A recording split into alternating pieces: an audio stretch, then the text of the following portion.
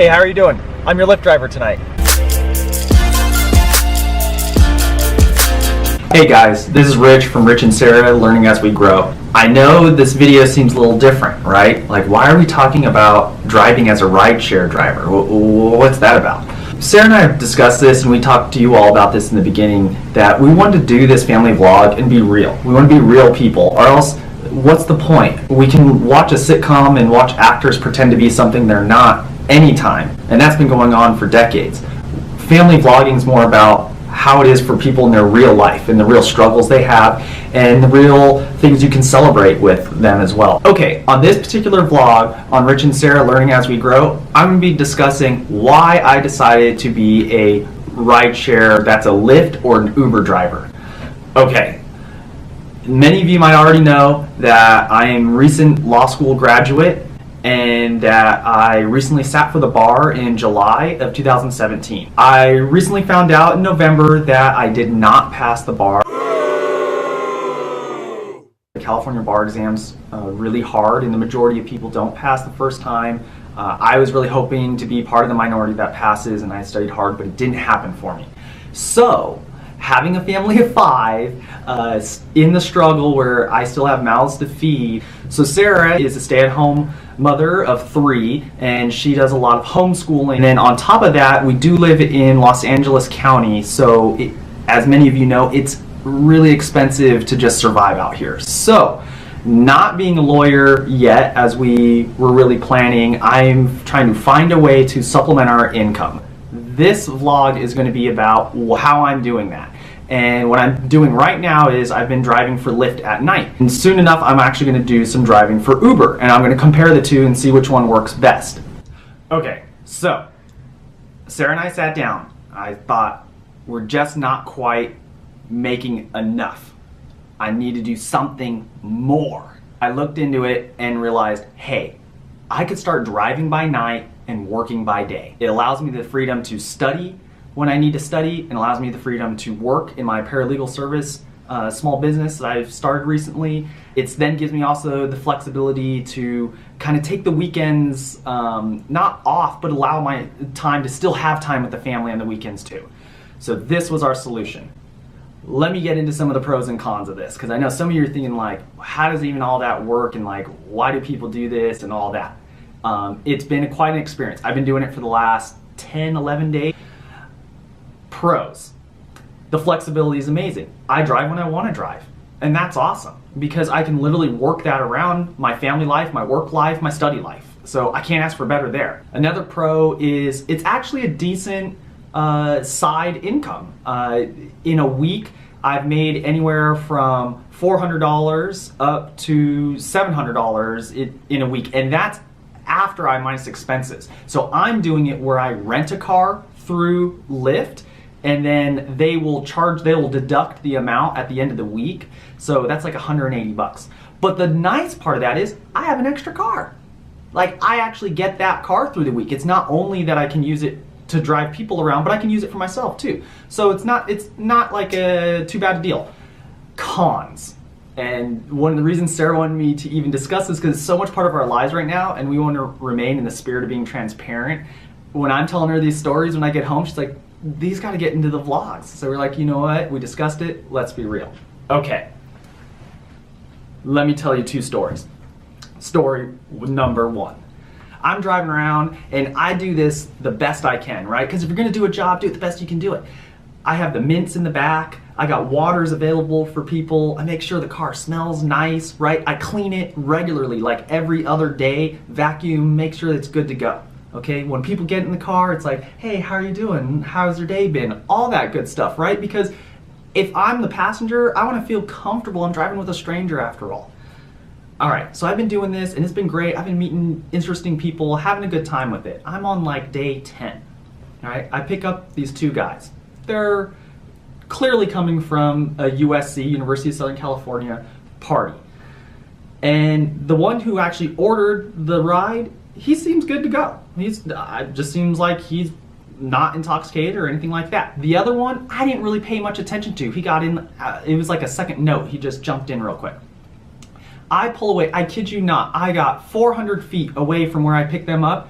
This dude, the passenger, not the guy who called the ride, the friend, starts throwing up in my car.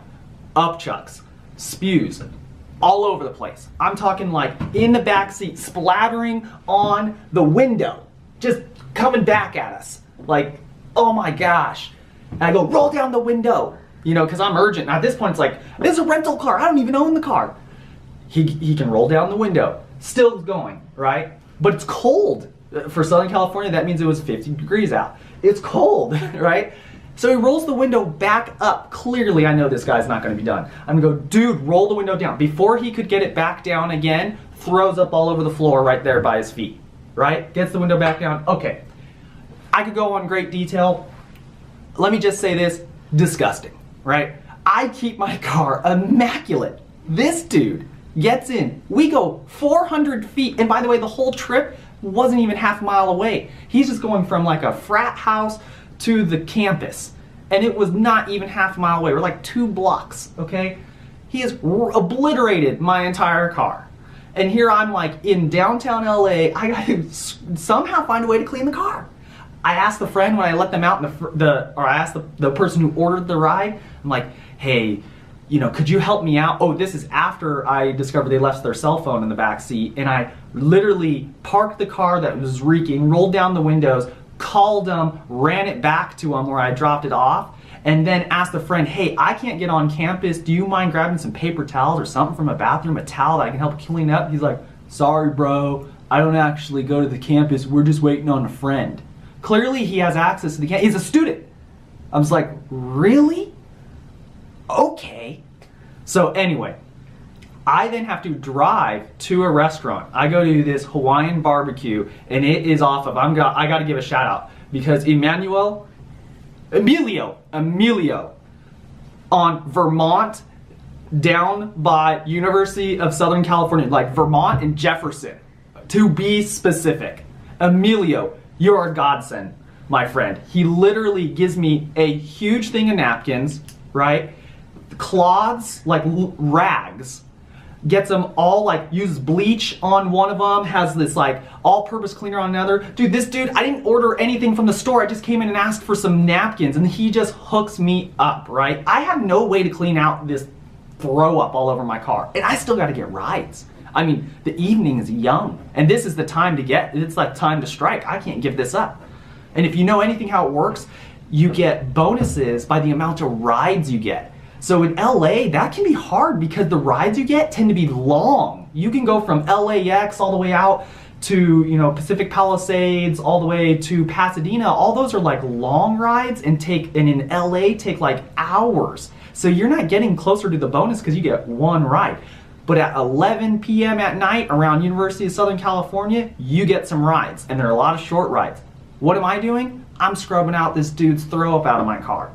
Thank you though, Emmanuel. I gotta put it out there. Emilio!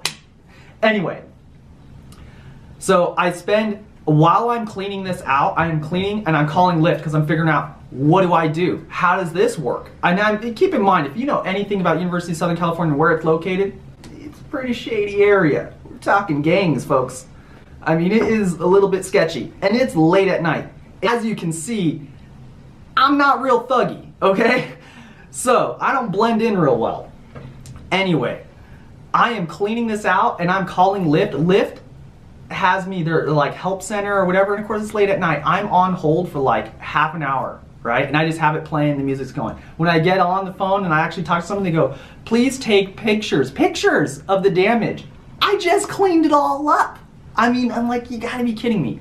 Anyway, that was the end of that night. I did get to file a claim. They're gonna reimburse me. All of it's gonna work out smooth, but that's some of the cons. I got one more story for you. That was story one. I told you I had more than one story, so this is story two. And this one's actually kind of funny. And it's good. Being a prior Marine, we have this sense of humor when it comes to conflict. We're just always surrounded by it, and so we just develop this sense of like, that's funny, these people are like in conflict. And I mean like cuffs to cuffs conflict. Anyway, I pick up these 4 guys.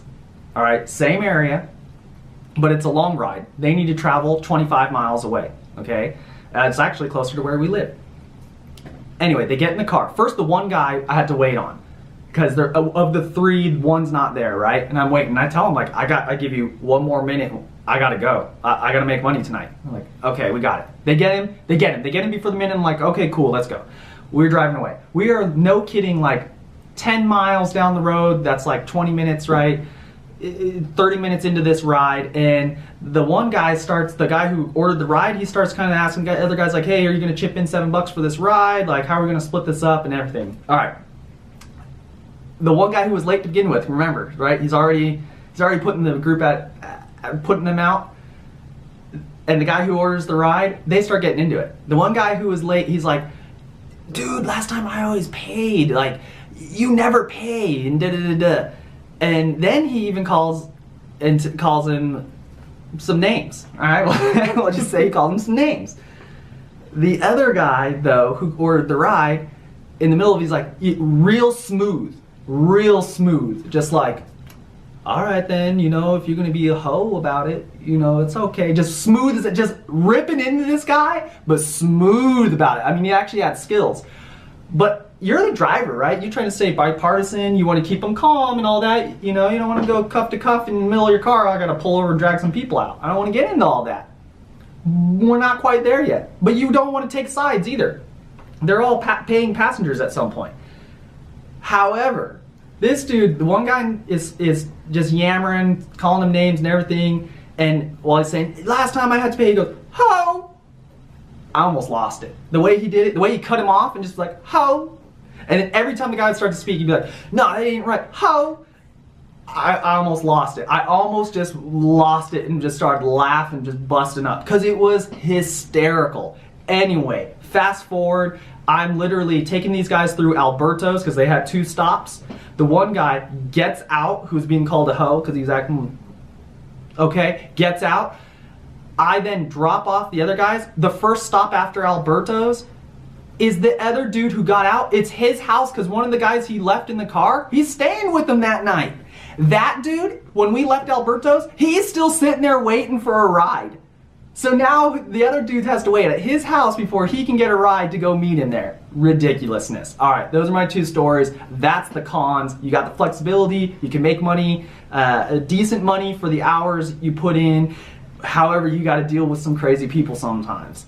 All right, so clearly this wasn't the plan, right? Like, I didn't choose to go into the Marine Corps for 6 years. I did like earn the rank of captain, came out, went to law school on the GI Bill. You know, Sarah and I, we really like put in our time, and this wasn't in the plan. For me to be driving at night and doing all these things, you know, it's a struggle, and it's real for us. You know, we got kids that I want them to grow up and have a good life, and I have an idea of what that means. So, you know, we're just in it, and you know, Sarah and I talk a lot about learning as we grow. Like, this is us right now, and this is some of the stuff that we're dealing with. You know, it's hard economic times for us, and we've put in so much. We're not this kind of, we're not, you know, sit at home and not do anything kind of people. No, we put in the work, and we're just kind of falling on hard times at the moment.